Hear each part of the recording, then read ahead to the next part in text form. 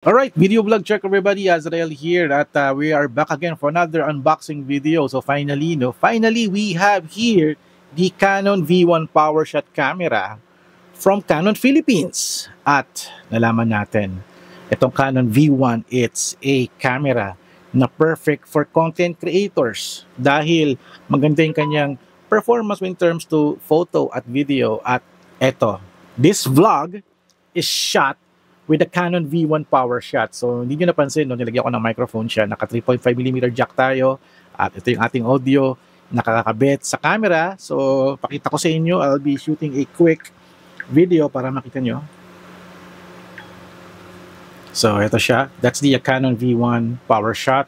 So, ito siya, yung camera. So, yung microphone natin nakakabit. Ito siya. Ang haba ng kable ko kasi wala akong hindi ako nag-shoot from the camera. Lagi tayo sa phone. Pero in this one, we're shooting it with the Canon V1 PowerShot. So, ayun, we have here, ginagamit ko na siya, no? But still, we are going to use it for our unboxing. Pero syempre mamaya, tatanggalin ko na yung camera ko, no? Gamitin ko na yung phone nila. By the way, nakaka-record tayo 1080p, 30 fps with the color filter. Yes, the Canon V1 may color filter at naka-cold tayo, parang cold colors. Ayan, medyo magka-bluish yun kasi kanina nag-kulay red ako, masyadong madilaw.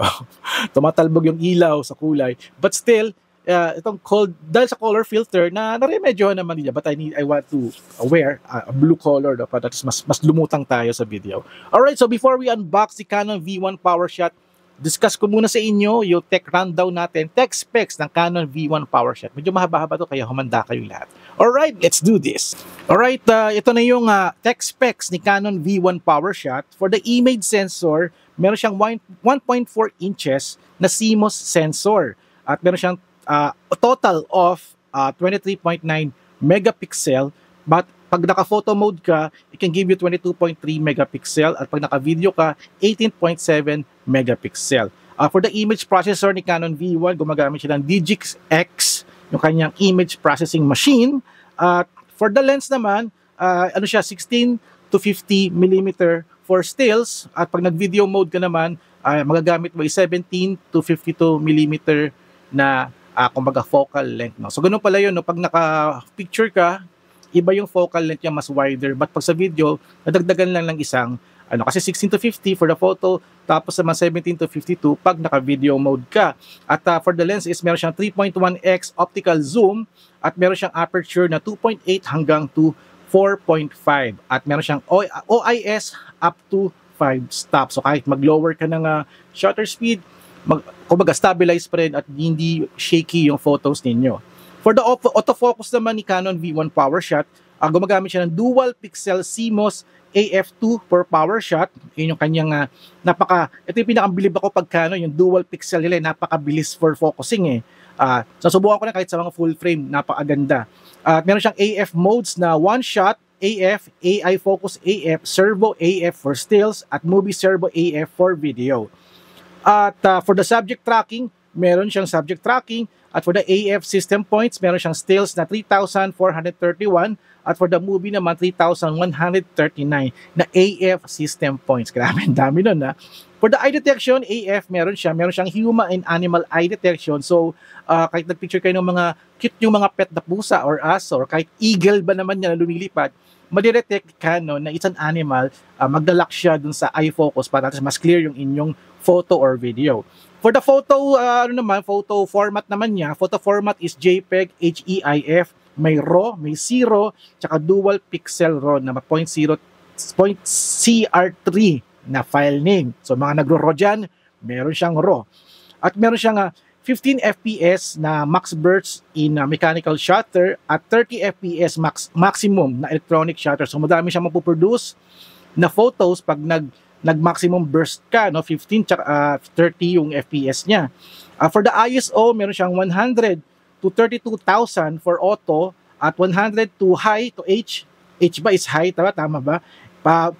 51,200 pag naka-manual. Correct me if I'm wrong na lang .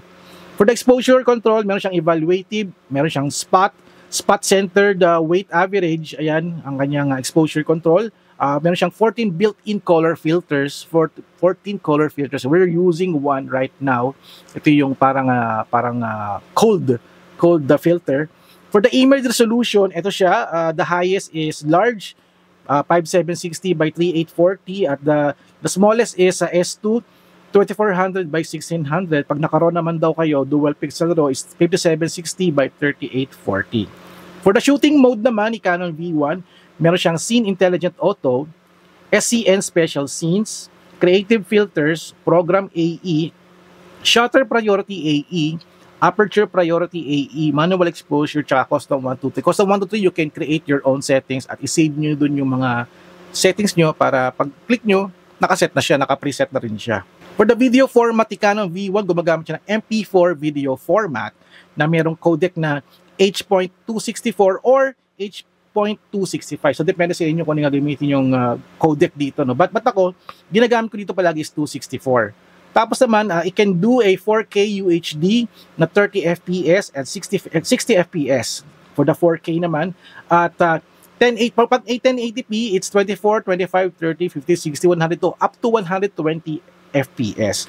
So, meron siyang internal video recording in 4K with active cooling. So, kasi itong camera na to, si Canon V1, may cooling system to. Kumbaga may fan siya sa loob para hindi mag-overheat. At ito nga yung kaninang minensyon ko, meron din siyang color profile, a Canon Log 3, 10-bit color sa mga nagko-color grade dyan. Yan, ginagamit nila yan. At meron siyang built-in ND filter na may 3-stop ND filter at ISO na 100 to 12,800 for the video mode to. At meron siyang movie digital image stabilization. Napakaganda dito, no? Can do 4K 30 FPS the video na in-oversample niya from the 5.7K video. Ang sabihin yun, itong camera, pag mag-4K ka, automatic mag-shoot siya ng 5.7K tapos i-oversample niya, gagawin niya 4K para mas maganda yung quality ng video nyo. Galing, grabe, no? Galing. For the audio specs naman ni Canon V1, meron siyang built-in microphone na stereo mic na 48 kHz na may 16-bit at 2 channels. At syempre, meron siyang noise reduction feature. At meron siyang 3.5mm audio jack na ginagamit natin ngayon. Nakakabit yung aking wireless microphone at nakakonect tayo dito sa aking wireless microphone. At meron siyang headphone output available. So, pwede kang magsaksak ng headphones para gusto mo marinig yung audio na nire-record nyo. For the display naman ni Canon V1 PowerShot, meron siyang 2 inches na vari-angle touchscreen LCD screen na may 1.4 millions of colors at merong 5 levels of brightness adjustments. Well, okay na rin din, no? Parang naka-vari-angle naman yung monitor na to, so nakaharap siya, nakikita ko naman, so wala namang problema. Pero nakikita ko yung sarili ko. At also aking control, recording, instead of tinkering dun sa mismong camera, sa screen na ako nagko-control, mas maganda. For the body naman niya, meron siyang weight, no? Yung kanyang timbang is 426 grams with battery at memory card. For connectivity ni Canon V1 PowerShot, meron siyang Wi-Fi for image transfer and live stream. Meron siyang Bluetooth for remote control and connection. For USB-C, this is a USB, no? USB siya. Meron siyang USB port for charging, data transfer, tsaka UVC, UAC for live streaming. Sabi ng UVC or UAC, Universal Video Connection. So, parang universal audio class saka universal video class. Parang parang gusto mong isaksak yung mga gagamitin mo for live stream for USB-C, doon mo siya ikakabit. Parang hindi ko pa nagagamit, pero sa mga nagla-live stream, alam nila yan. At meron siyang HDMI Type D micro na output na kaya hanggang 4K. At meron siyang multifunction hot shoe available for external mic and flash. Ayan. For the memory, wala naman siyang internal memory, no? So, gagamit ka ng single card na slot. You can put your SD card na SD, SDHX, or SDXC for your memory. So, gumagamit tayo dito ng aking SDX na extreme card ng, aking SD card. For the app, gumagamit ako ng Camera Connect mobile app. Yan, nakapag-transfer na ako ng photo sa nung nakaraan. Nandito ba yung app ko? Wala dito sa phone ko. Saan ko nilagay? Ito yung Camera Connect app, which is I'm using to transfer my photos and video to my phone. So, napakabilis, napakasimple, very fast ang transfer niya. For the battery naman ni Canon V1, gumagamit siya ng Canon LP EI7 na model. At yung mga battery na ginagamit ng EOS R50, EOS R10, EOS R8, tsaka EOS R50V. So same battery sila. So kung may makakilala kayo na gumagamit ng ganong camera, pwede kayo magpalitan ng battery pag nalobat ka. So the battery, no, can do 78 minutes of 4K 25 FPS na video recording at may kasama pa tong fan on auto. Kasi pag if you're recording at 4K, mag-automatic yung camera, it will activate the fan. So sana hindi siya maingay, no? Hindi ko pa na-experience, but inahawakan ko. Hindi naman tayo naka 4K, naka 1080p recording naman tayo. So hindi ko pa na-experience. But it's good thing, no? Ginawa nila to para hindi mag-overheat yung camera. For other specs, si Canon V1 PowerShot, meron siyang built-in cooling fan, as I mentioned earlier, for extended high-resolution recording. At meron siyang movie digital image stabilization to enhance the stabilization of the video. Tapos meron siyang smooth skin movie mode na mag-automatic skin softening. So kamukha nito, makinis yung aking mukha kahit malayo ako sa karap. At hindi nakikita yung pimple ko na namamaga. At meron siyang advanced A+ mode for intelligent scene recognition. At meron siyang capability to live stream using the Camera Connect app. At can do vertical video. Hindi ko alam kung yung vertical video. Yes, vertical video is pwedeng pa ganun. Ibabalik na, but I'm not sure kung meron siyang settings na nakaganito ka, pero naka-vertical. Hindi ko alam, hindi ko pa na-try yun eh. At meron siyang tripod socket, pinaka-importante yung tripod socket. At meron siyang 31 language sa kanyang system. Pwede kayong kung ibang kayong kakilalang foreigner na mag-ooperate ng camera nyo, pwede nyo palitan, for example, Japanese, for example, meron yan. At meron siyang kasamang windjammer or dead cat windshield. May kasama siyang dead cat sa box na kumbaga ikakabit mo sa hot shoe, tatakpan niya yung microphone sa ibabaw para at least meron kayong protection pag may mga wind situation kayo para shoot kayo. At ang SRP niya, walang color walang white, this is only black, but sana in the future magawa sila ng white or red or yellow, no? Ganda siguro pag multicolor, but still parang ito yung mas higher performance if you're comparing it to Canon G7X Mark II. Parang ito na yung pinakang big brother niya. Para siyang Canon G7X2 na in steroids. Mas malaki siya ng konti, mas malaki yung performance niya, tsaka mas malaki yung build. As maganda yung kumbaga yung power niya mas surpass pa sa G7X. Kung plano niyo mag G7X, get the Canon V1 PowerShot instead. Kasi maganda yung kanyang performance, no? So the SRP niya here in the Philippines is 54,998. So yun ang kanyang SRP, 54,000, no? Swak na rin din kasi mga G7X nasa 40 plus but ito mas bigger, mas higher, mas maganda yung specs niya, 54,998. So to, actually nung nakita ko to few months ago, may nakilala tayo, actually na-vlog ko na to. Si PJ, siya yung unang-unang customer sa Pilipinas na bumili nito, nahawakan ko at nagamit ko, napakaganda. And now we are now using it to do this video intro, tsaka text specs, tsaka commentary natin about the Canon V1 PowerShot. So yung 54,998. Sana all may pambili tayo dahil gustong-gusto ko na to and I'm doing it right now, tinetesting ko na to. Sobrang happy ako. Nakatodo tayo ng Zoom. Yes, todo na to. Yes, todo na. And I'm going to zoom in and here we go. Ay, grabe, napakaganda. Alright, so tapos na yung ating tech specs rundown. So unbox na natin tong Canon V1 PowerShot at itour ko kayo kung paano natin ito gagamitin. Alright, let's do this. Alright, so here's the Canon V1 PowerShot. I-unbox na natin to. This is from Canon Philippines. Take note, this is a review unit at nabuksan na to. I'm just doing a, our traditional unboxing. So unbox na natin tong Canon V1. Napakaganda itong camera na to and has a manuals, yung mga paperwork and also the reminder na you can connect the camera V1 sa Camera Connect app. So install mo lang yan sa inyong smartphones at you can transfer na anytime, anywhere at you can post your media files or media content sa social media. So we have here, the manuals at ito na yung camera. So ito yung camera unit. May kasama siyang parang soft cloth na pang protection. Here's the camera. Ayan, Canon V1. Ayan. And inside the box is syempre meron siyang battery. Ayan, the battery. One battery. The power, the cable ng pang charging and also the charging module. Ayan. So pag bumili kayo, importante nakasama yan dapat sa loob ng box. And also meron siyang kasamang nakalagay sa papel. This is yung kanyang dead cat, ayan, pang ano sa wind, pang protection sa wind para hindi siya windy yung audio nyo pag nasa wind. Kamukha na itong katabi ko, may electric pan na malaki. So another one here is ano to, this is the meron siyang kasamang strap, may kasama siyang strap. So ayan. So meron pa ba? Wala na siyang kasama. So that's it. Pag bumili kayo ng Canon V1, ito yung makikita nyong kasama, include inside the box. Correct me if I'm wrong pag may kulang kasi this is a review unit at nagamit na siya ng ibang tao, so ayan, at we're going to try it, i-assemble natin siya. Alright, so ano natin to, balikin natin sa box. So ito na, no, kabit natin yung battery. Ito yung battery chamber niya, no? So may lalagyan din siya ng micro SD card and also the battery. So kabit na natin tong battery. Tama ba? Baliktad. Pag ganun pala. Ayan. And also memory card. Kuha tayong memory card. Here's the memory card. Ayan. I'm using the SDXC na SanDisk na 64GB. Ayan. Lock na natin. So ito yung itsura ng Canon V1 PowerShot.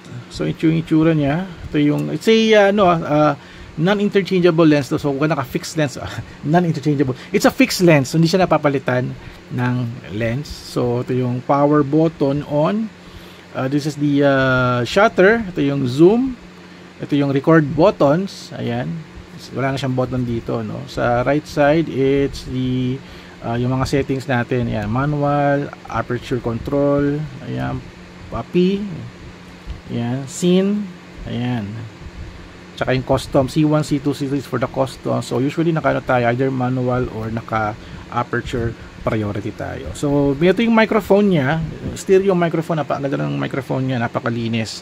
The hot shoe, pwede mo tanggalin to, pwede ka magkabit ng flash or microphone daw, pwede daw dito. Ayan, kasi kakabit na lang din sa inyong 3.5. So ito yung fan, kasi meron siyang built-in fan para pag nag-record ka ng high quality video like 4K video, no, laking tulong mag-auto yung fan nito. Magbubuga siya ng steam, kumbaga steam tuloy. Magbubuga siya ng exhaust, no? Exhaust to para at least makahinga yung camera, hindi siya mag-overheat. So yun ang magandang ginawa ni Canon. Usually kasi iba naglalagay ng parang external fan pero ito meron siyang built-in fan, which is also good. I think this one is the speakers yata. This is the speakers to. At pinakikita ko ditong symbol, hindi ko alam kung anong tawag dyan. Ayan, so ito yung pang strap. Ito, may strap siya dito.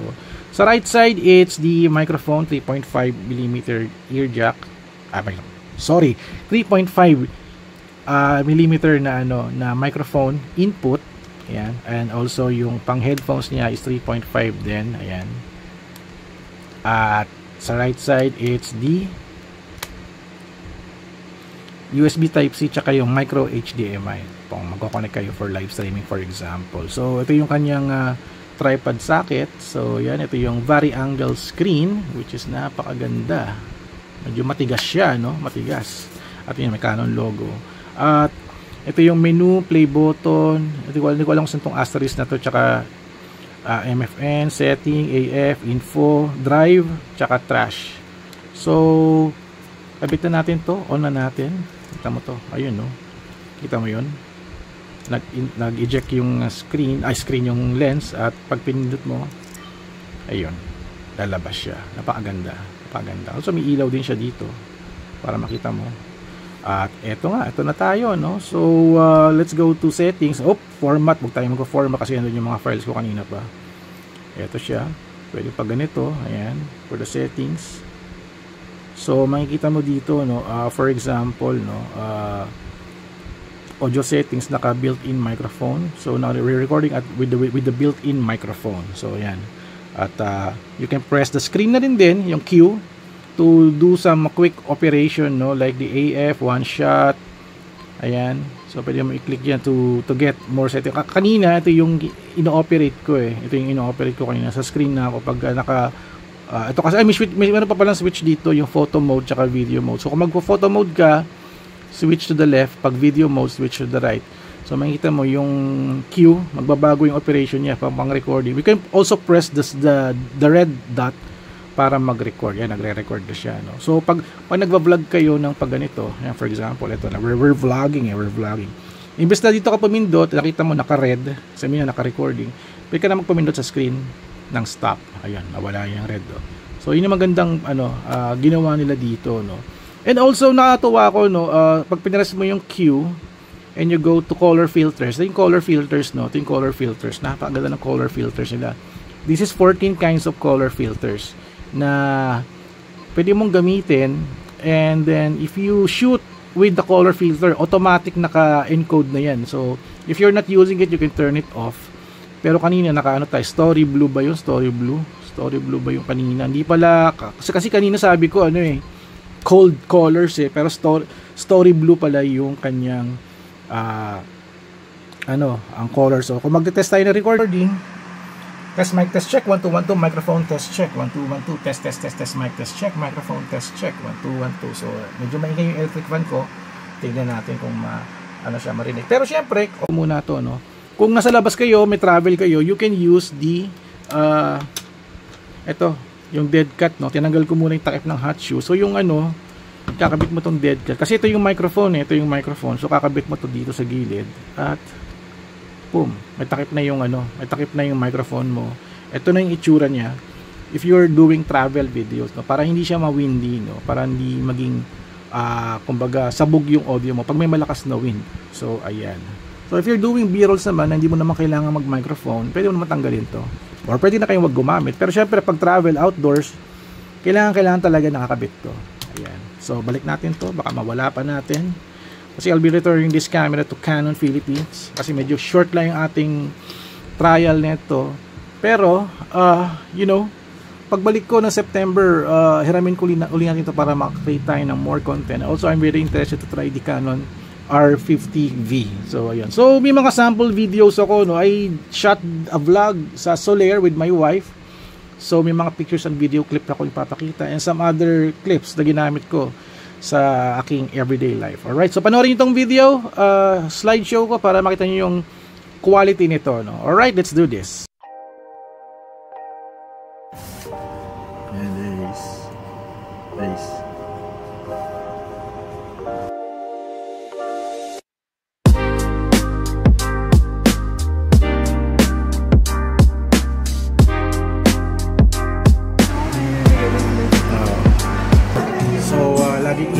Here sa Finestra Solaire for a brunch, kain brunch. So thank you to Solaire for this arrangement.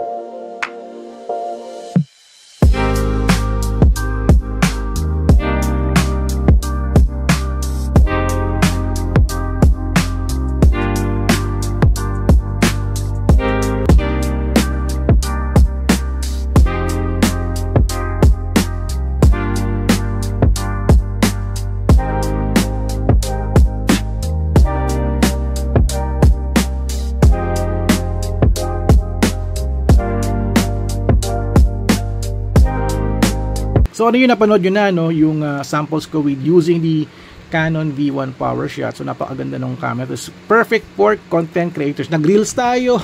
Gumawa ako ng restaurant video and vlog, pictures.